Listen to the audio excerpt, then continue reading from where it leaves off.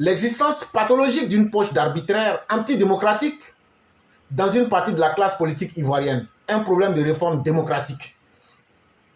C'est pourquoi vous allez voir certains textes de Père Alexis Diette. Le mauvais comportement des opposants qu'on vient de vous expliquer là, ce ne sont pas des choses qu'ils font exprès. Parce que ce sont des antidémocrates. Mais pourquoi ils sont des antidémocrates? C'est pour qu'il n'y ait jamais de réforme. C'est pour qu'il n'y ait jamais de progression dans les mœurs politiques. Pour qu'on soit là à un niveau où on va toujours être là en train de dire non, lui il est ivoirien, lui n'est pas ivoirien. On veut maintenir le débat dans les émotions. Alors que c'est dans les actions qu'il faut faire évoluer le débat. Toi, tu as fait quoi? Toi, tu n'as pas fait quoi? Et donc là, ce qui est important, c'est la responsabilité des citoyens. C'est-à-dire vous et nous là. Qu'est-ce qu'on fait pour corriger ces politiciens récalcitrants comme Laurent Gbagbo, comme Bédié, qui ne proposent rien, qui n'ont rien proposé, mais qui veulent même détruire en nous bloquant, en nous maintenant dans une station de stagnation. Le spectacle affligeant des appels à la violence, des ultimatums guerriers et des mots d'ordre d'insurrection partisans qui surgissent à chaque temporalité électorale en notre pays depuis les années 1990 attestent de l'existence dangereuse d'une poche résiliente d'arbitraire antidémocratique dans la classe politique ivoirienne. Et donc, vous allez voir que chaque fois qu'on dit qu'il y a un moment d'élection qui arrive là, la dernière fois même là, il y avait le vieux Kwame, c'est le neveu de Alexandre Aoussou. Ça faisait 15 ans. Bon, lui aussi, il faut dire la vérité, c'était une puissance sexuelle. Mais quand il y a un Aoussa qui passait au village là, il s'appelle Malam. Quand on a demandé à Malam là, Malam a pu vraiment, on a arraché le sexe de quelqu'un en Guinée là-bas, et puis maintenant on a donné ça à Nyakouane. Donc Nyakouane a pu enceinter sa femme. Tout le village était content. Mais bizarrement, quand on dit il y a élection là, la femme de Nyakouane là, sa grossesse était à 9 mois. Quand elle a entendu le mot élection là, grossesse là est gâtée. Désespoir dans le village. Désespoir a fini avec notre village. Le seul héritier de notre tribu, le mot élection a fait là. La femme de Nyakouane a fait fausse couche sur place.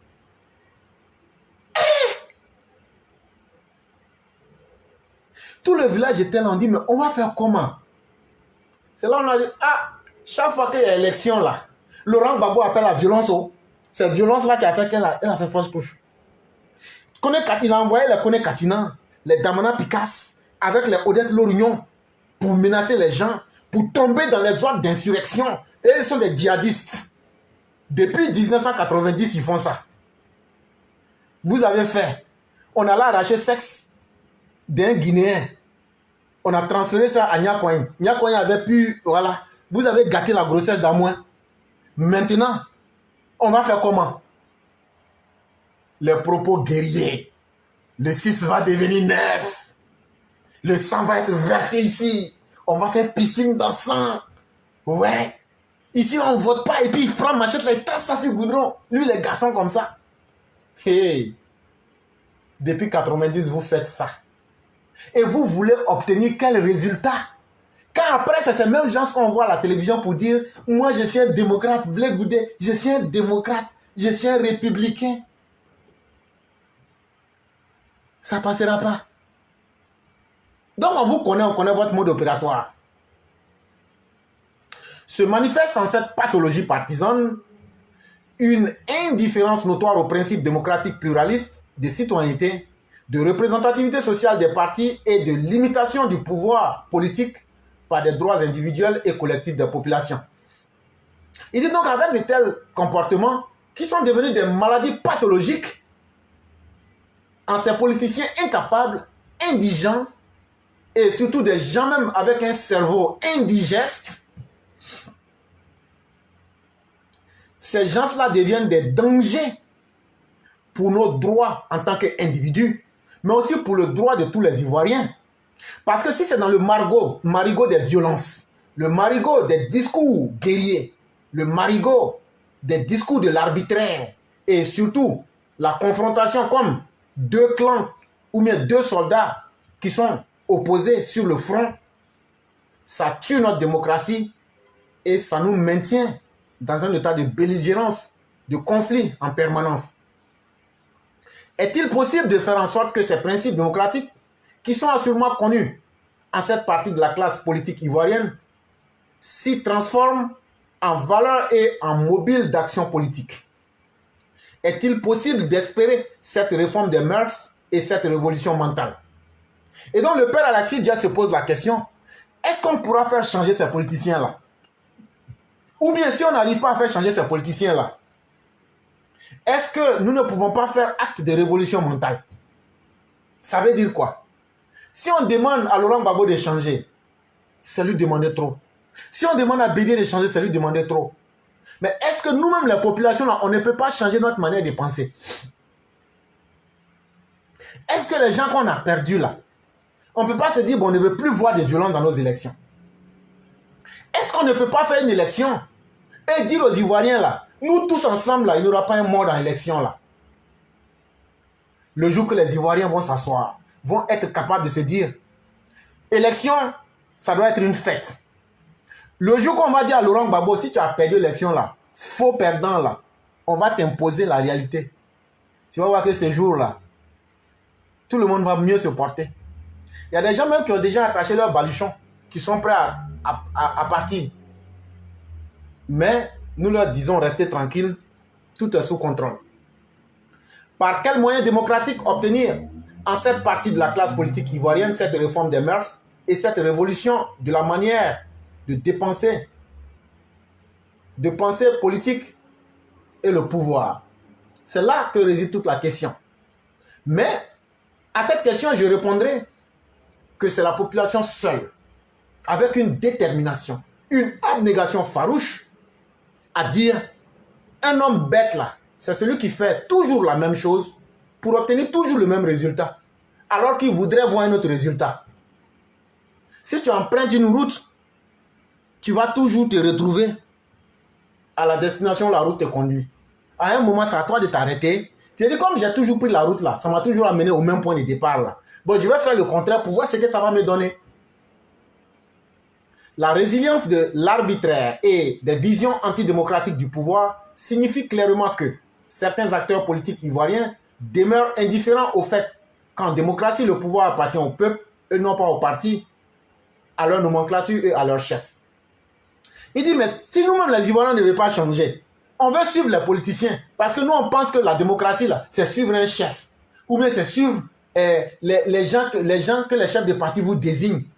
Il dit en ce moment-là, c'est une fausse définition, parce que la démocratie signifie le pouvoir du peuple. C'est le peuple qui décide, voilà qui on veut mettre. Et non un individu comme Laurent Gbagbo ou bien un chef de parti qui vient dire, bon voilà, c'est moi je suis le chef des tribus, c'est moi je suis le chef de la Mecque, voilà où je veux vous conduire. Non, la démocratie c'est le peuple qui dit, toi là on te prend, voilà où tu dois nous conduire. Et donc la route qu'on veut faire là, c'est à nous de dire là, chauffeur il faut nous conduire ici. C'est pas au chauffeur de décider où on veut aller. C'est à nous de décider, de choisir le chauffeur qu'on veut. Si c'est l'ordre où on s'en va faire, on rentre dans la voiture et puis on lui dit, bon, il faut nous envoyer au village prochain. Ce n'est pas à lui de décider. Vous connaissez les bâchers là, non, qu'on appelle la réunion là, où on se regarde en face là. On décide. On dit, chauffeur, nous on va payer nos 600, ben, il faut nous conduire au village prochain. C'est comme ça. C'est ça la démocratie. Mais quand vous laissez des chefs, ou même les individus qui se réclament de ces chefs-là, décider de votre avenir, c'est comme si vous-même là, vous offrez votre vie en otage à ces personnes-là, et ils s'amusent avec votre vie, et en fonction de leurs intérêts personnels, là, ils vous disent de sortir, mais eux prennent le temps de cacher leurs enfants, leurs femmes, et puis vous, ils vous disent de sortir. Et quand vous sortez, vous vous entretuez. Cette résilience signifie que ces nomenclatures partisanes demeurent indifférentes aux principes démocratiques selon lesquels la légitimité des partis et de leurs prétentions à exercer le pouvoir repose sur leur représentativité sociale. Il dit, tant que nous-mêmes là, on ne va pas être conscient et imposer une direction claire et légitime à ces partis et à leurs dirigeants là, en leur disant que c'est nous qui sommes vos représentativités sociales. C'est nous qui sommes le peuple. C'est nous qui avons le pouvoir. Sinon, si vous étiez fort là, pourquoi vous ne vous êtes pas fait élire vous-même? Donc, à partir de cet instant-là, pour que vous ayez de la légitimité, il faudrait que vous teniez compte de nous et de la direction que nous on veut vous donner. Et là, maintenant, c'est ce qui va vous donner de la crédibilité. Et non les discours ou les propos guerriers à n'en point finir alors qu'ils n'en ont pas les capacités de pouvoir les exercer. Elle signifie que ces nomenclatures demeurent indifférentes au processus démocratique selon lequel le pouvoir politique est responsable devant la société et limité par les droits fondamentaux des acteurs sociaux.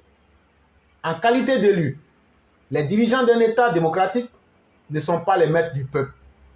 Et donc, quand on voit les pro-Gbagbo qui se comportent comme des chiens de compagnie, où Laurent Gbagbo leur met une chaîne au cou et il les traîne n'importe où, en réalité, un peuple qui se respecte ne se donne pas des élus pour devenir les esclaves de ces élus-là. Comment toi, tu vas aller élire quelqu'un et puis demain, là, la personne est en train de te traiter comme son animal de compagnie. Ils disent, ce rapport-là, c'est à nous de changer. C'est eux qui demandent à se mettre à notre service et non nous, le peuple, à nous mettre à leur service. Et le père Alexis Dia nous rappelle que ces politiciens-là ne sont que des mandataires subordonnés et révocables. Ça veut dire que c'est des gens qui sont là pour travailler pour vous, pour toi, pour nous. Et à chaque moment, on peut les enlever. Ils sont révocables.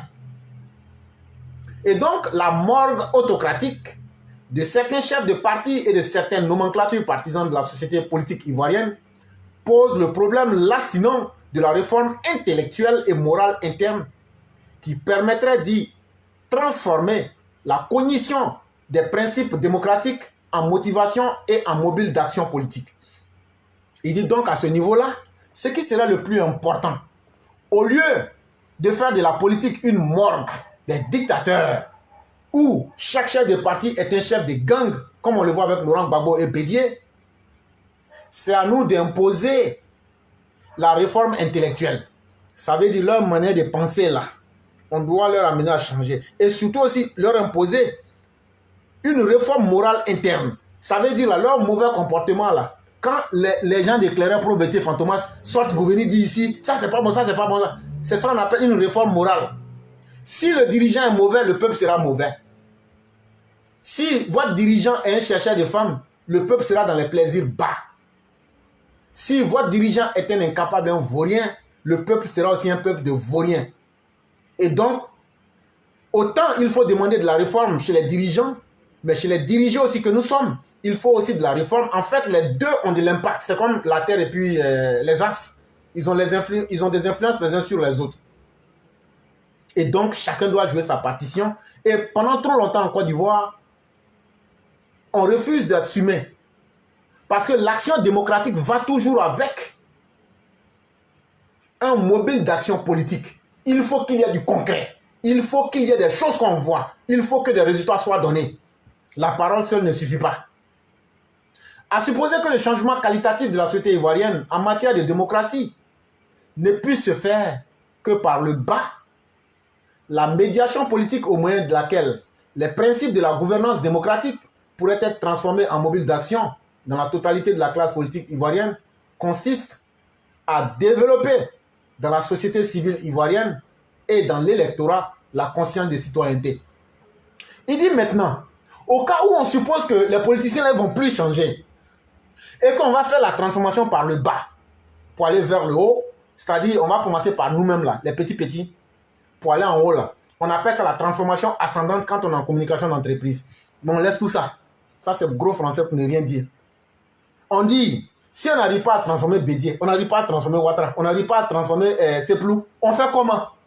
Il dit en ce moment-là, si nous on veut que notre démocratie puisse se transformer pour nous donner des actions concrètes à notre satisfaction là, il va falloir donc qu'on développe de vraies sociétés civiles ivoiriennes, mais aussi que nos électeurs là, on leur dise la vérité, on les éduque, comme ce qu'on venait de faire pour expliquer aux gens, que ce soit dans l'amusement, que ce soit dans le sérieux, qu'on leur explique par A plus B que ce n'est pas n'importe qui on vote.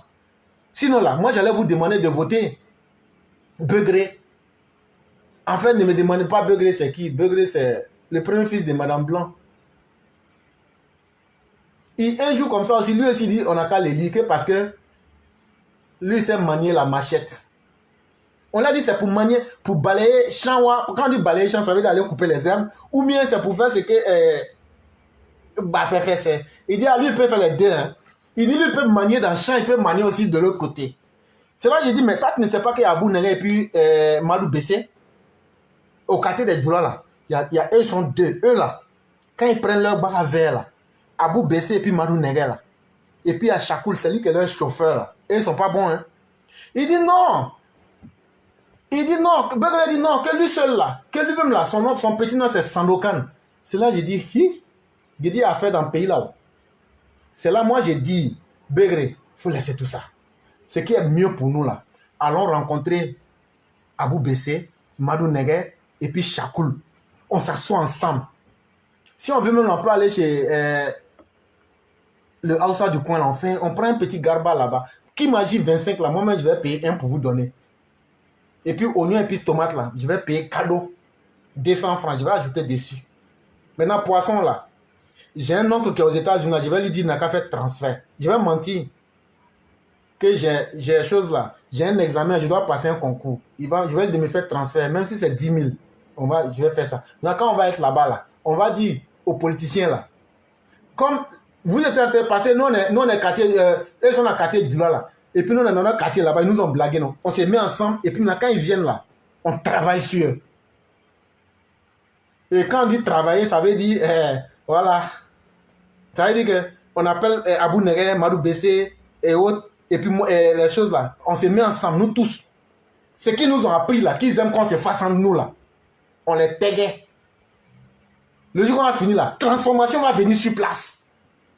C'est ce que j'ai toujours dit. Le jour qu'on va voir cadavre de politiciens, chien en train de manger, et puis chien même dit, ouh, je suis rassasié, je veux boire tonique. Chien va manger cadavre de politicien, et puis dit, mais il n'y a pas de tonique pour ajouter dessus, pour bien digérer.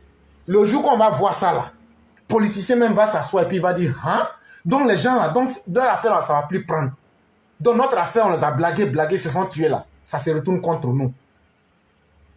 Parce que tôt ou tard, si on ne quitte pas dans ça, là, ça va se retourner contre eux-mêmes. Exemple, allez prendre l'Haïti. Ce sont les gangs qui se mettent là maintenant pour imposer les gens. Allez, il y a un exemple qui est là. C'est que les babos sont en train de faire pour vous manipuler là. Si on doit continuer dans le cycle de la violence là, on va toujours créer des gangs. Il y aura toujours des rébellions. Et donc là, le meilleur exemple là, allez regarder l'Haïti. Et puis regardez comment leur pays va.